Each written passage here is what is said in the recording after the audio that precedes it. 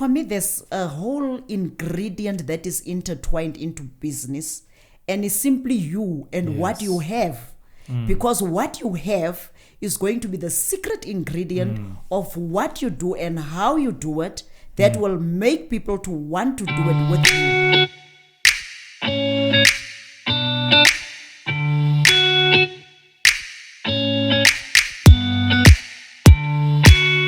Good day, podcast tribe. Gerald Hubert here on the Unlock Your Growth podcast. This is the podcast that helps you to accelerate your business growth and to build businesses that add real value and make an impact in the world. Now, maybe you have considered in the past starting a business, or maybe you are even thinking about that today. Maybe that's something that you prayed about last night, or something you've been kind of toying with in your mind, but maybe you are scared to take that initial step, or maybe you don't know how to start that business or what awaits on the other side. Maybe you are a working parent, a mother, a woman, a husband.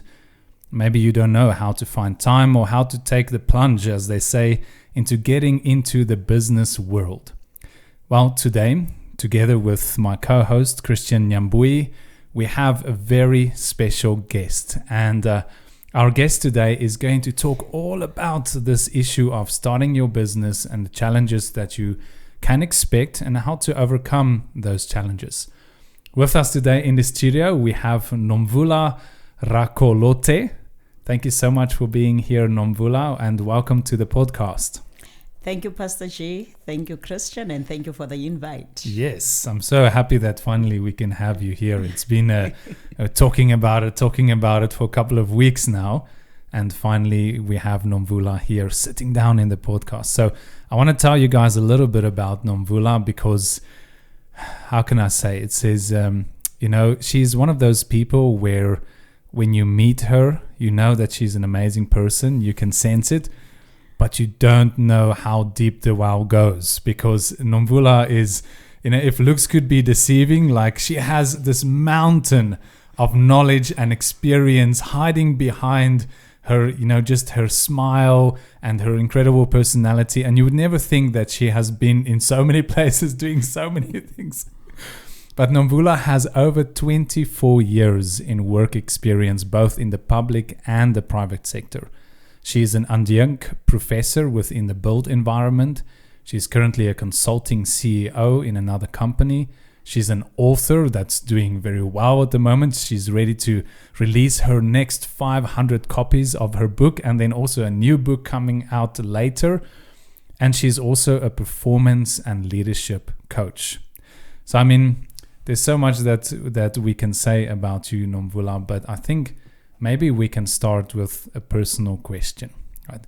Can you tell us something about yourself that most people don't know, or maybe they don't understand it about you, or it's something that you think most people, they don't get that about you? Just one personal thing about yourself.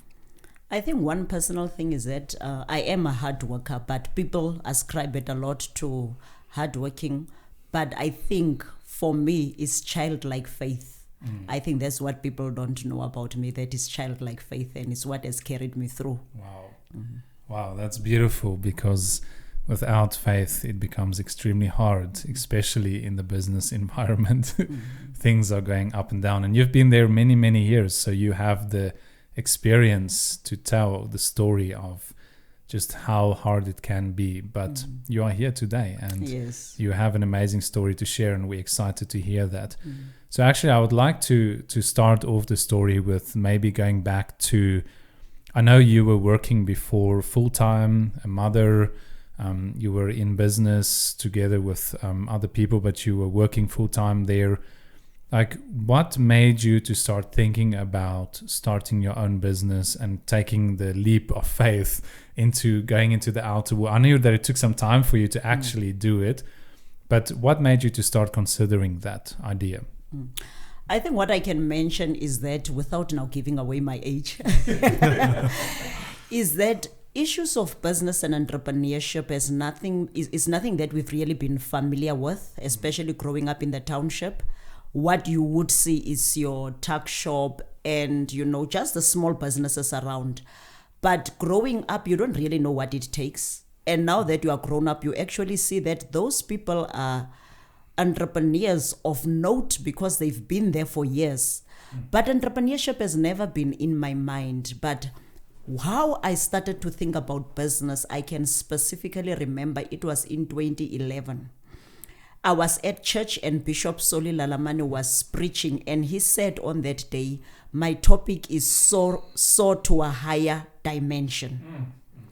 Somehow it hit differently. I think that is when God gave me the revelation. And with no research or anything, it was 2011.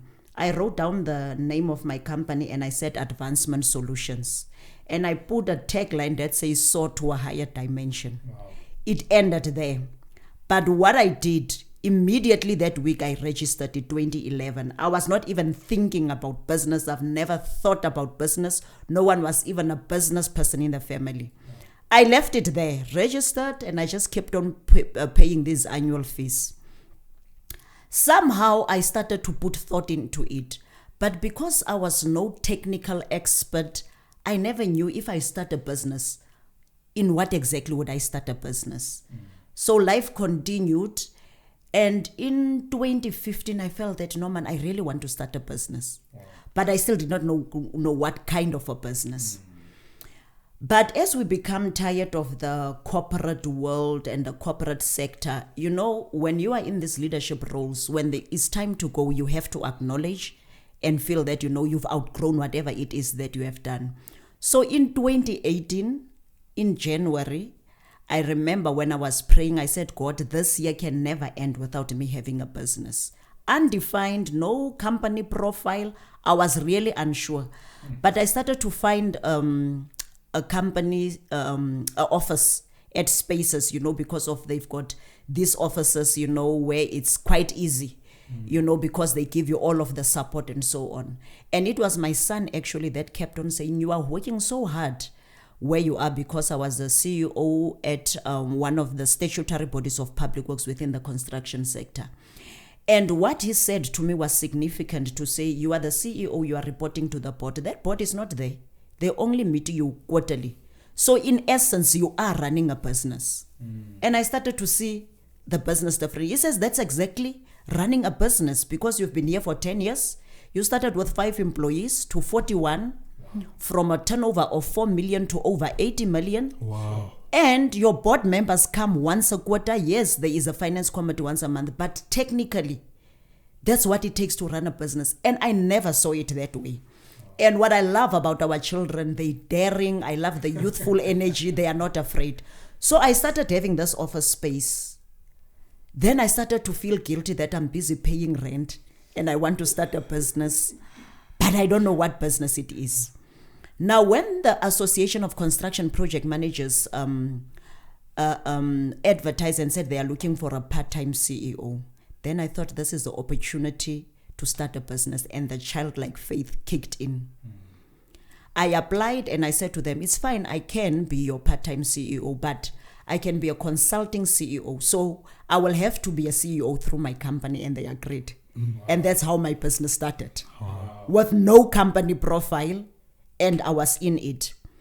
But then when I left my former job, then they asked me to say, Nomvula, can we give you a 7 years contract so that you help us with the transition, because I was a CEO. And immediately, my former employer, as I finished, as it was my last day on the 31st July 2018, 1st of August, my former employer was my client. So at that go, I had 2 clients. 2 big clients. 2 big clients, same time. And I usually say the transition for me, for my business funding, was really a provision from God. That is why I talk about childlike faith. But let me tell you the mistake that I made. Because of that smooth, easy transition, my mind still could not gear it up to say I'm running a business, because there was no need for a business profile. There was no pressure. I have retainers from these 2. And for a good 7-8 months, I was still in that transition, and then I had to wake up and said, I need to get clients. Oh yeah, I'm a business. I'm a business, by the way. I need to get clients. Because now here was the office space and everything was just smooth. Then when I said, if I'm going to get clients, what exactly? And I had to draw in and look at what is it that I'm good at doing and what would I consider as my skill. And then I felt that with the years of experience, with the leadership of positions that I have occupied, with its wounds, bruises, experience, the good times and the not so good times, because you never prepared for leadership, I think that is what I will be able to make impact on if I had to, engage people. Right, then I go and obviously upskill myself. I then become a certified leadership coach with a John Maxwell, but I also go for the certified coaching with the Lead Like Jesus program of Ken Blanchard. Then, yay, I'm a leadership coach. Where do I find the clients and how? Wow. Yeah, that's another story. Then again, I didn't know all of a sudden, and I've gone all through this training. But it takes real hard work, because when you start a business, you need to be knowledgeable in what you do. Maybe you will think for the people that already have the technical acumen is easy. It's not, because once you are on your own, it's a different ball game altogether. Then I had to start with the little things which I feel sometimes make small businesses fail, because once I started my business, all of a sudden I'm daunted to say, I'm not here to come and test whether it will work. So whilst I was in it, I thought that I'm supposed to be building a legacy. So I am not here to test and then go back. So I had to constantly remind myself that I can't be looking for a plan B when I've taken this leap of faith. But at the same time, I even thought on where the name of the business was conceived. So I had to trust God and really kind of see, how do I then position myself differently?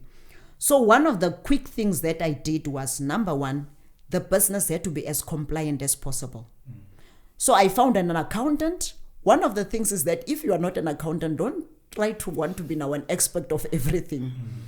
I found an accountant. So, from tax matters, from pay slips, from medical aids and all of that, everything was done right.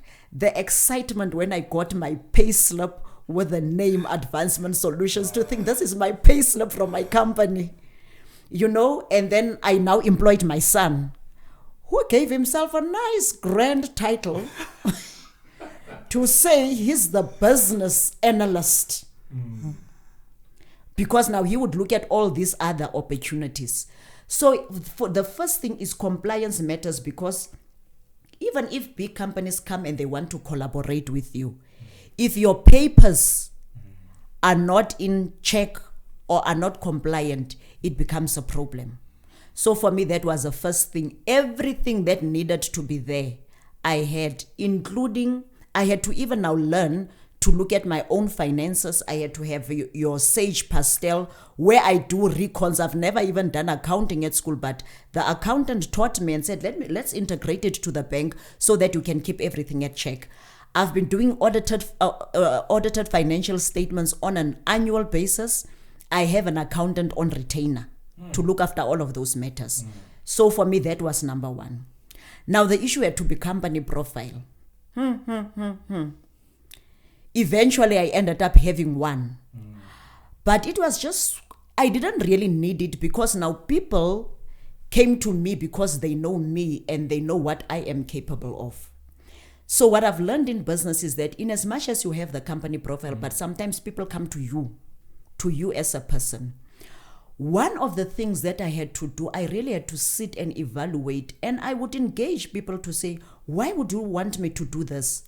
Because for me, it was a way of evaluating to say, what skills and capabilities do I have that I am not aware of? Because for me, the biggest thing is when an expert, somebody I consider an expert, when the experts start to call you expert, then there's something that you are doing that you are not aware of. And it was during those years that the Central University of Technology awarded me with the accolade of Adjunct Prof. Adjunct Prof, meaning you are regarded as an authority in that field, which is a built environment construction. And I didn't know how to utilize this title because somehow I couldn't conceptualize what it means. I didn't know how to translate it into money. I know that it was adding to credibility, but how do I merge it with my company? Monetize it. Yes, and how do I even monetize it? And it was at that moment that they said, no, you can actually help us with our students. Then that is how the leadership coaching aspect kicked in. I did some soft skills training with the construction students. Wow. And I can say that it was practice ground, I must acknowledge, because the methodologies and the things were not really there. And the biggest thing is when you are in business, engage with people that are experts in the field in which you want to work. Don't be afraid to be vulnerable. Don't be afraid to say, I don't know. I had to go back and say, I'm a leadership and performance coach. What are the methodologies? What do I do? How is it done? And that now also then started to grow. But for me, the big thing is that when you start your business, do not separate the self from the business, because I feel that it is the self that fits the business. By that I mean is, what do I have?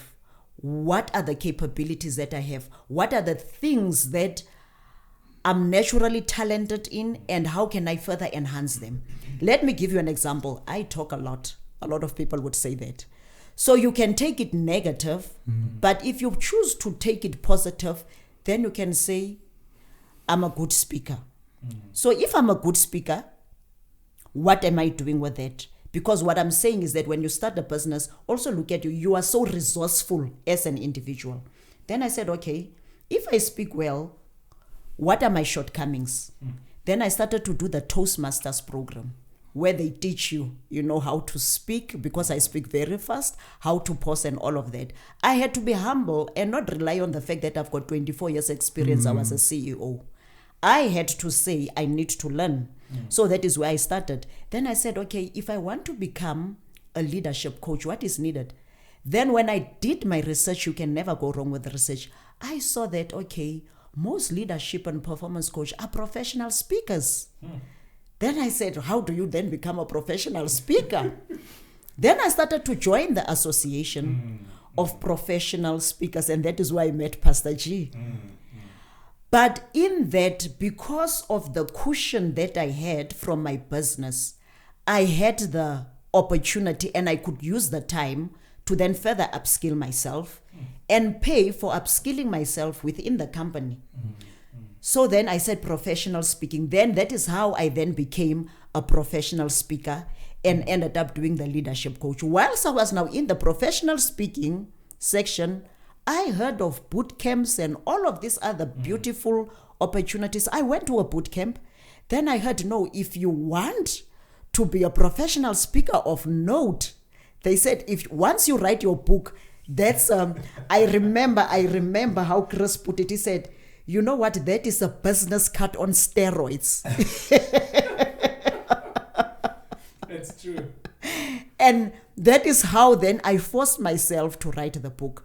Now, obviously, if you are listening, it meant now I ended up going more on the individualistic route, which helped me because whilst I was in the corporate, you dedicate so much and you give so much that you actually leave the self behind, your own individual growth.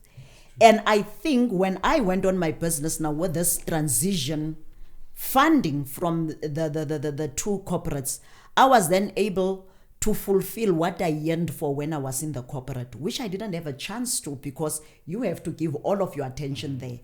And the unfortunate thing is that in the process, the very same organization you are leading might outgrow you simply because you have not grown with it.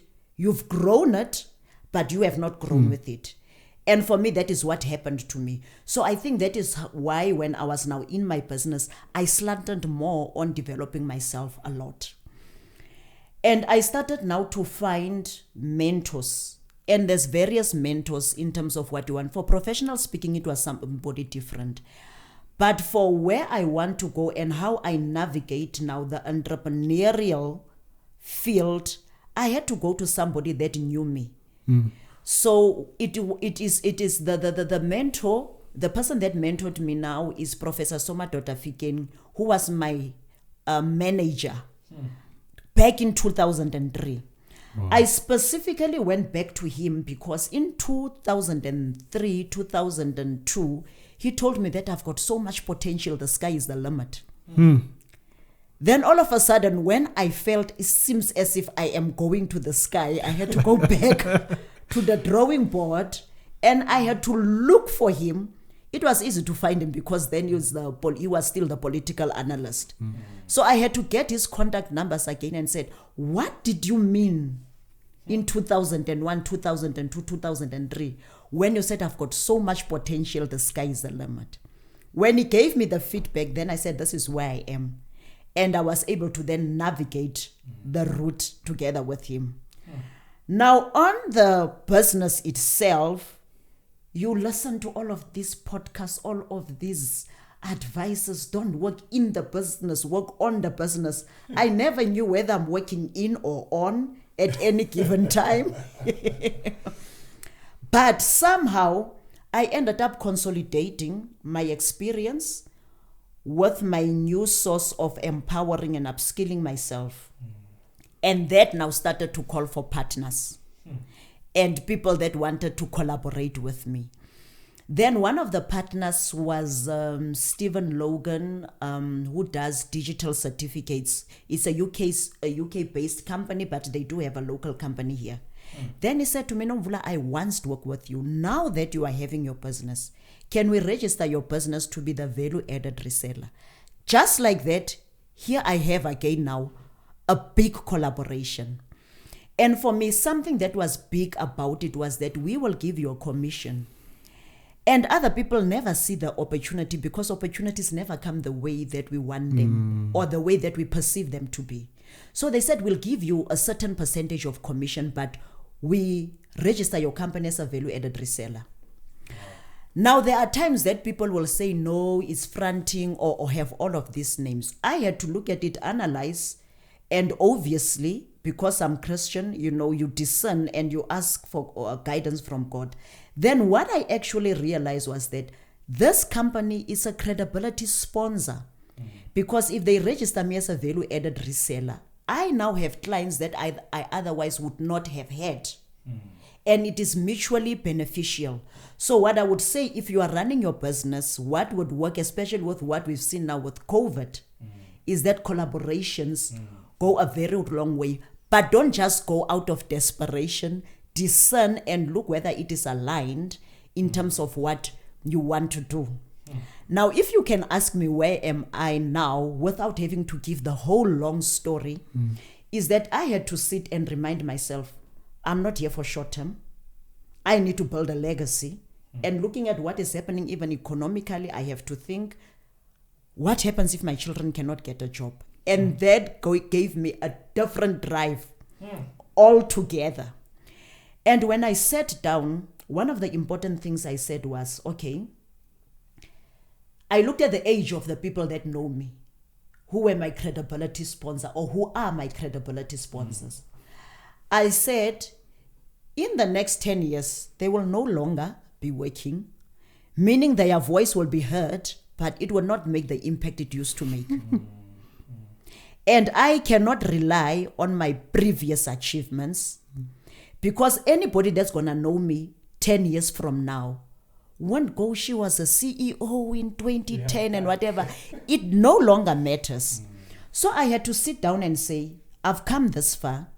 I want to be an expert, but in what? So I had to again look at myself as a resource. And I had to look at my qualifications. I had to look at my experience. And I think, Pastor G, what I can say, no experience is a waste. No qualification is a waste. I don't care even if you used to be a waiter at a retail store or wherever, or at a restaurant. What you learned there was customer service, is conflict resolution, is negotiation.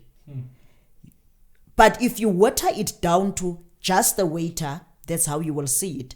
But if you look at the lifetime skills you are empowered with, then you will understand that no university can give that to you. They can give you the qualification, but not the experience, because how you handle it later on in life is based on the experience. So I had to look and consolidate and said, all right, Nomvula, who are you? What have you done so far? When I looked at my experience and where I've been, I said, no, man. I've led divisions, I've led organizations, and there has been success, not just success, notable success that I myself did not regard as success.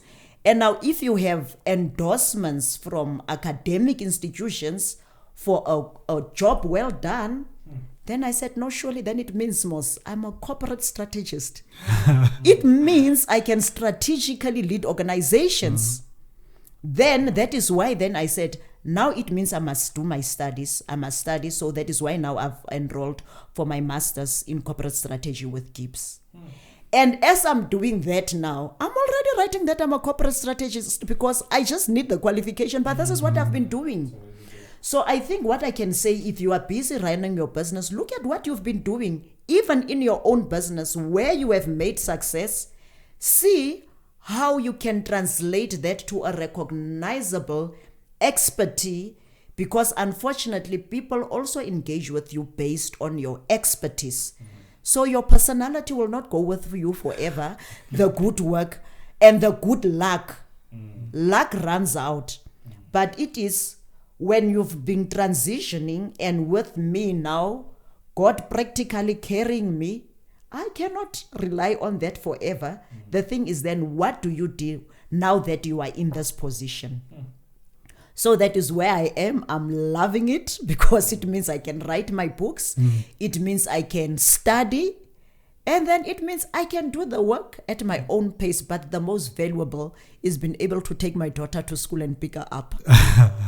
And for me, I wouldn't exchange it for the world. And the big thing that I'm doing now, I think what I would also advise business people is that try to document your processes. You might have come up with a methodology that you are not aware of because you've not been documenting. Remember about the person that has been a tuck shop owner for me, who's grown up in a township, that has handed it over to the son, to the daughter. Some of the tuck shops that I used to buy at when I was a child still exist. Wow. So if they were documenting, definitely they are sitting with a winning formula. It's just that we've not made it, a norm to sit down and documenting. So what I'm doing now, I'm busy documenting and actually retracing my steps. I'm hoping to come out with a textbook that will be a prescribed one for universities on leadership. So for me, that's the big thing. And for me, what I've seen as well is that the way business is defined is kind of defined in mostly the tangible things that you can see. But there's so much in what we are doing and the impact that you will never ever get to understand. And where I am now, if you're going to ask me for a company profile, I still don't have a coherent one because I just keep on getting those collaborations. Wow. So what I've written there is what I'm doing. But also, there are others that I have to turn down, because if you do not know what you want to do and how you want to do it, you are going to allow people to come and dictate the way that you should go. When you could have had your own strategy and know how to build on. I know that's a mouthful, but actually that's why I am. I'm loving it, and we've even survived COVID, and we'll be here in years to come. I'm building this for my children. While you were busy, just giving us this powerful something just came in my mind.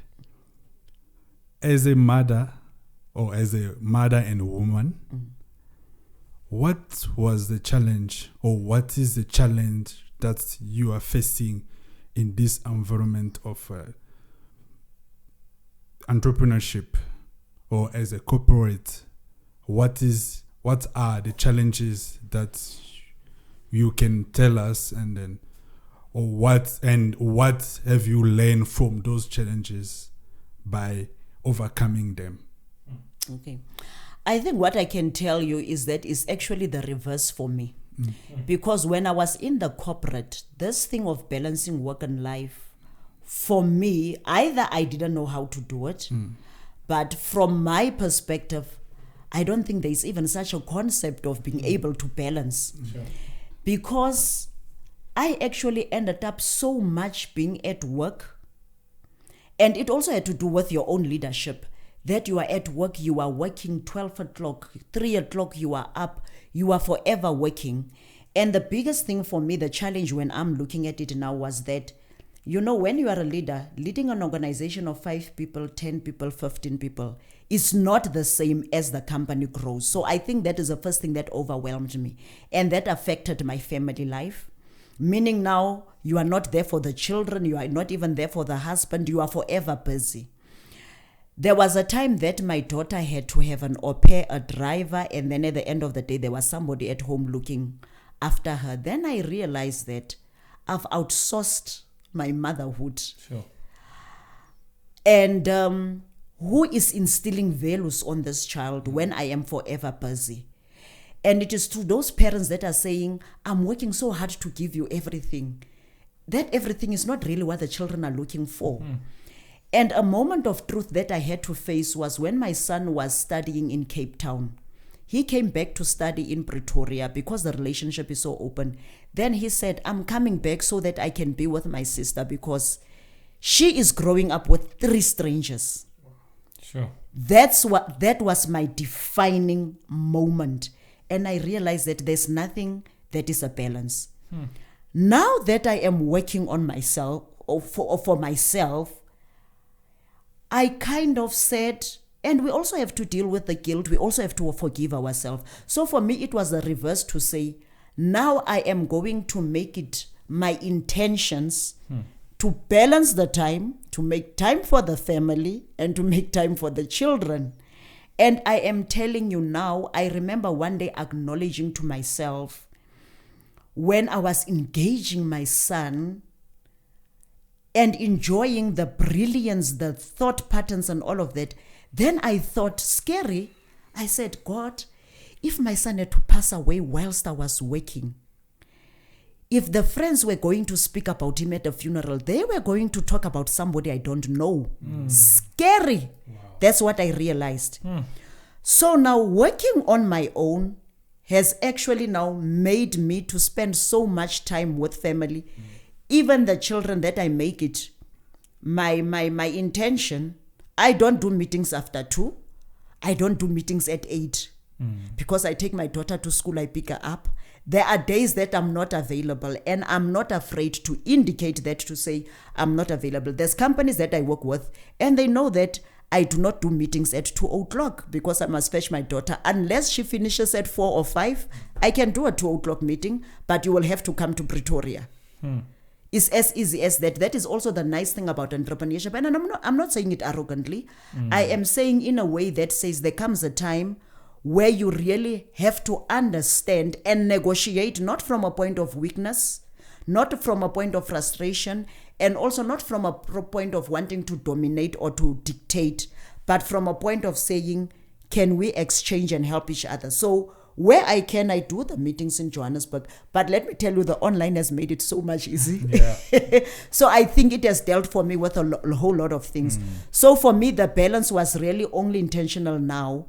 After years of guilt, after years of burying yourself in organizations, and then neglecting your family and not even realizing it. When I woke up, my son had grown up, and I realized I could have missed so many years. So for me now, that is it. And then when you talk from a balancing point, people say when you are an entrepreneur, you have to burn the midnight candle. Yes, I do when there's deadlines. But at least now you are able to even control it much more. That is for me. But what I would also say, it depends what type of business you are doing, because the business itself will warrant itself to different working hours. So I'm not saying this is the cut-off line. I'm saying for me in what I'm doing is what works. So it's not a business that would require me to be having a function at 12 o'clock or so. It will depend. So it's different businesses. And the nice thing is that it does not require extensive travel. That's always good.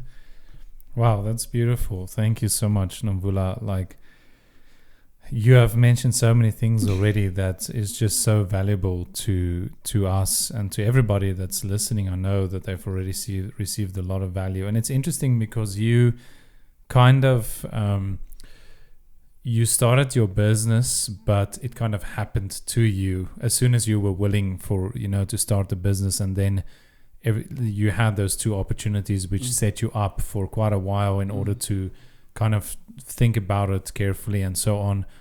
But I know that many people who start businesses, they are maybe working full time or maybe not working at all, and they have to start with zero.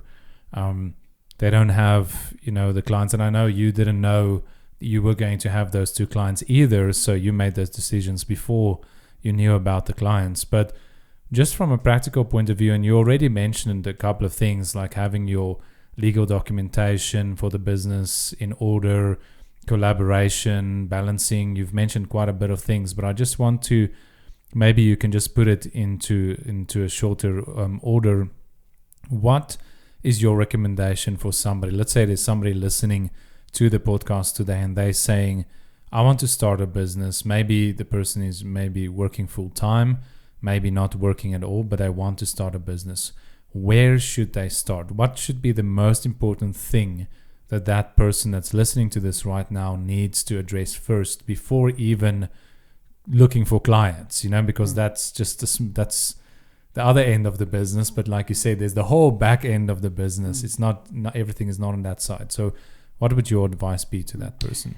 Thank you, Pastor G, for that question, because I did realize that my situation was favored. And I started to listen to podcasts of how other people have started. And I worked it back to say, if I didn't have this, what could have been the things? And I started to evaluate to say, what were the things that I had? So I think what I would advise to people, and the advice that I usually give, is that you don't resign at your job and say you are going to start a business. Because there's people that resign because of pressures or they are not happy, and then start to register the business. And then when they start to register it, they are not even sure of what it is that they want to do. Remember, I also indicated to say I was unsure. So for me, the first step would be, you as an individual are a resource. One professor said you are a multinational company as an individual. Wow. So for me, the first thing is that, what do I have? You know how God said to Moses, what do you have in your hand? Exactly. What's in your hand? I love that. Is always what I start. So what is in your hand? So in 2011, when I registered the company, I had things at hand, but there's processes that I had to go through and experience. And for the young people now, they start businesses now without having to have the experience. So my route is not the only route. The route is, what do I have? And what is around me that can be a catalyst in helping me on what I have? A simple one is, children of today are so technologically advanced. There's another lady that I met who's got a very powerful voice. Then I said to him, why don't you start to become a voiceover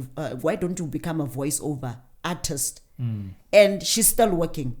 Then she says, I said, but there's Fiverr. At Fiverr, you can register your company. You can start there as a voiceover artist. And so try to work your way out whilst you're at work.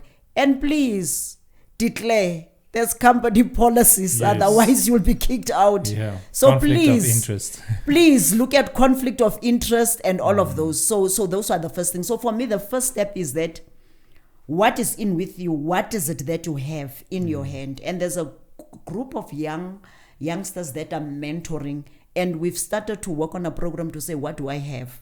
So one of them is a photographer. Wow. And we had to move from there, and he's going to do my professional photo shoot, but I'm pairing him with an already existing photographer so that they must understand. So for me, is what is it that you have? That is number one. And how I found out what I have, I did the psychological test, those ones of your strengths and all of that. I went back to the people that says I'm good to say, why are you saying that? And how can I use it to my advantage?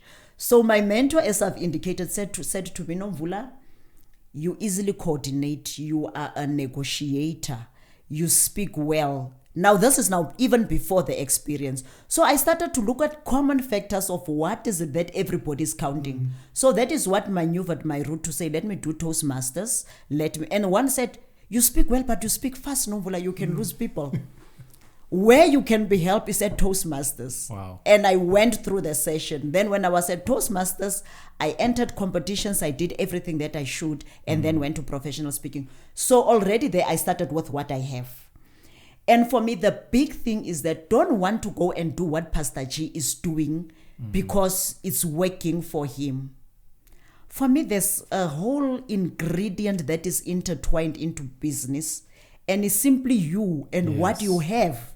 Because what you have is going to be the secret ingredient of what you do and how you do it that will make people to want to do it with you. Wow. And So it's for me- unique for every person. And it's unique. Wow. So for me, that is the first step. What do you have? And if you are unsure on what you have, engage with others. We see ourselves through the eyes of others. The trusted people, so that you take the criticism with it. Like with me, somebody said, when you talk too fast, then said, go to Toastmasters. So it's what you have. And then secondly, register the company, declare it. And there's a lot of people that have got side hustles, meaning that side hustle could be money that you can use to build your actual dream or where you want to go. People are selling Tupperwares and all of this different social marketing. So that is why I'm saying even now the circumstances are different. And 10 years from now, it will be something different as well. And also look on how you can create a ripple effect from what you have. What are the other things that can come from this one thing that you have? My example is Elon Musk. I look at how Elon Musk has started all his business, takes the money from this, start this one and start that one and start that one. I've studied it. I've studied the methods, all together. And the reason why, of course, I went for Elon Musk, my daughter said, we are the same age group. At first, I didn't want to acknowledge. But then it challenged me to say, it challenged me to say, although he's like maybe 4 years older than me, I wanted to say no, but then I realized I do have friends that are even 7 years older than me. So how can I say Elon Musk is not my age group, What was the intention? No, it was like, I don't think I can do that. He says, Mom, you should have been there. You are there in your mind. I mean, look here. And I'm thinking, why would my child want to compare me with Elon Musk? That's rough. It was a bit rough. And for starters, I wanted to say, no, he's male, he's what. But I thought that's just going to be an excuse. That's not going to make sense to her. Do you understand? So start with what you have. Register that company. If it's a side hustle, do that. But save the money. Save the money, because in as much as I had started with these 2 clients, what even carried me during COVID is what I had in terms of what one had saved. I think that will be 2. And then when you go out, be sure, don't move out because you are emotional or you are tired or it's just not been good at work. Unfortunately, even the work environments have also become very challenging as well. So for me, I think I would say those were the first steps. And then obviously the other things, now the clients and but at least have something that will bridge the gap, have some kind of transitioning finance.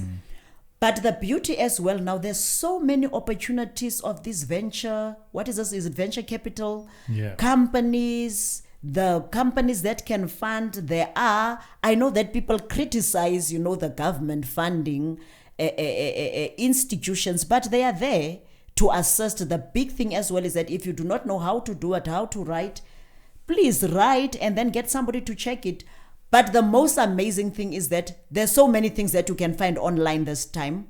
Don't go and plagiarize, but at least you've got so much opportunity to listen to so many videos, to do your research before you do everything. So once you have your resource, once you have recognized what you have, look at how you can monetize it and do your research in the field in which you want to go.